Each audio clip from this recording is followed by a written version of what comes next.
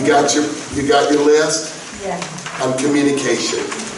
And we're talking about death and life are in the power of the tongue. And how many would say with me right now, I will speak life. Say that. I will speak life and not death. Amen. So the 10 Commandments. The first one. Avoid judgmental and loaded words. Come on. Yeah. Avoid, this is, you just totally lack. You never, you always, you're bad, and I'm going to make sure and tell you how bad you are. All right. Number 2, I'm glad we don't have time to develop this. Avoid labels, because labels are an attack. Don't call them names. Number 3, avoid messages of blame and accusation. Avoid messages of blame and accusation. I'm in pain and you did this to me. All right? Blame. How many of you know it doesn't get you anywhere? Number 4, avoid old history. That's the tabulator. The Bible says in 1 Corinthians 13, love does not keep a record of wrongs. So cleanse your heart. Those of you that just remember every evil thing that's ever been done to you, time to accumulate goodness, not accumulate badness. That's right. Come on. Amen. How can your spouse otherwise ever win with you if you're like that? Number 5, avoid negative comparisons. You're not like my mother. My mother did this. By the way, I said that once to my wife. She folded my underwear different than my mother folded my underwear. She used a different kind of soap. I could smell it. It was different. You know what she said to me when I said, you're folding my underwear wrong? Well, why is it wrong? She said. I said, because mother folded it this other way. She said, take it home to your mother. I said, you know what? Suddenly I like the way you fold it. It's amazing how quickly I can grow up. Avoid threats. Threats. Listen, if we become a threat to our wife or our husband, they'll protect themselves. You don't want them protecting themselves from you. You want them to know they're safe around you. So don't be a threat to them. Certainly, listen, about 50% of the population that I work with in the United States have at one time said, I'm leaving or I want a divorce. And if you injected true serum into their veins, they'd say that they said that, trying to motivate their spouse to love them more. But the reality is all it does is cause them to want to take their cookies and keep them out of your basket. Do you understand? I don't have time to explain it more if you don't. Number 7, describe your feelings. Are you getting some out of this anyway? Yeah. Rather than attack. Come on, no matter how mad you get, don't attack. Number 8, pay attention to your body language. I told you I'm sorry. I'm very open to you.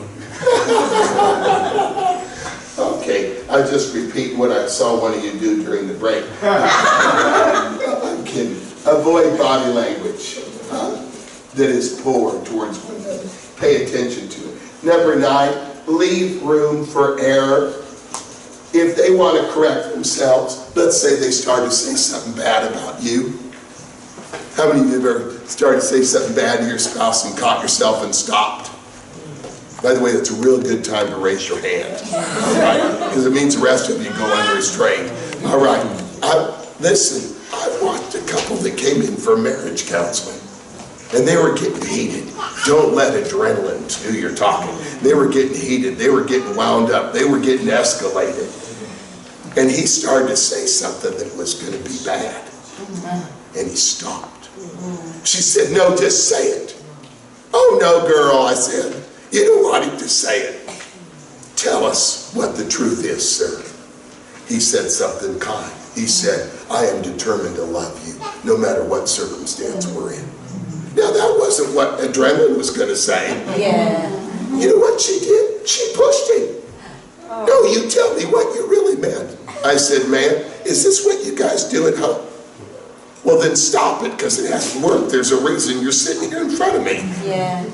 Let him not speak from adrenaline. Let him speak from wisdom. Let that be what he really means. Come on. So let them correct themselves. Go with it. How many say that's good advice? Good. Leave, keep the end goal in mind.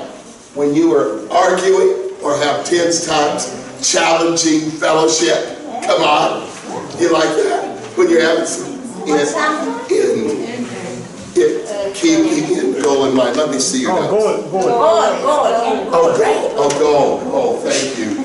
Keep the end goal. That's what I meant to say. Keep the end goal in mind. How about, I'm going to love you more by the end of this conversation than the beginning. Come on. How many want 2 more minutes and get the rest of it? Yes. 8 blocks to listening. How about this one? Rehearsing. Rehearsing is, I never listen to you because all I'm doing is rehearsing what I'm about to say. By the way, I don't know how you multitask talk, but most people don't do it well. If you're so busy rehearsing what you're going to say, you're not listening to them. How about secondly, listening to judge. Judging. You know, negative judgment. You're listening to us find further blame and trap them again. Number 3, daydreaming. Daydreaming, that means your attention is wandering. I'm watching the football game over Benita's shoulder while she poured her heart out to me. That's daydreaming. Number 4, I like this one, but it's not healthy, and that is advising. Advising.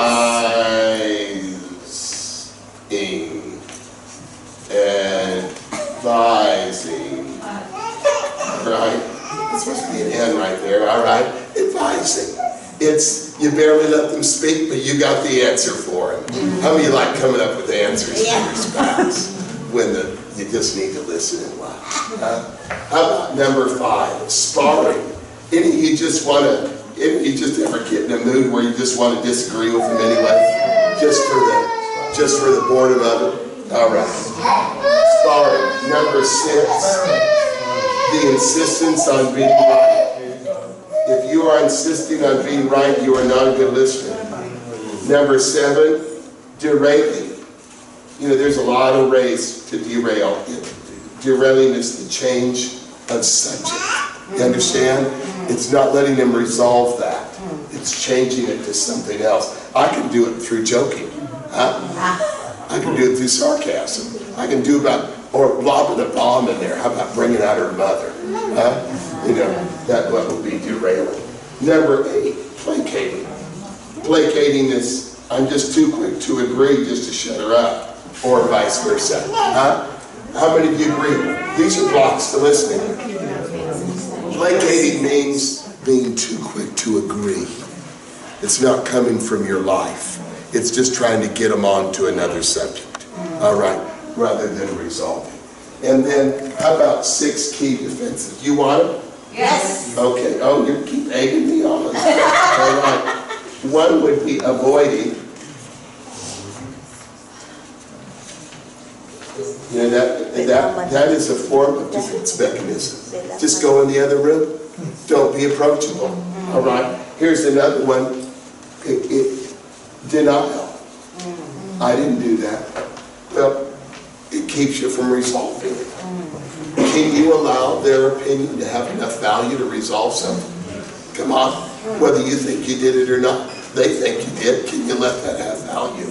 My wife, her view of tailgating is different than my view of tailgating. But when she's living in terror in the right seat, well, I'll say for you, left seat, and I realize she's not even looking out the window anymore, I think I need to let that have an effect on my right foot, which is on the accelerator. Maybe put it on the brake. Come on, I mean, you agree. My perspective is I'm not tailgating. It's frightening to her. So I slow down. Huh? All right. You understand? Number 3, acting out, going slamming doors.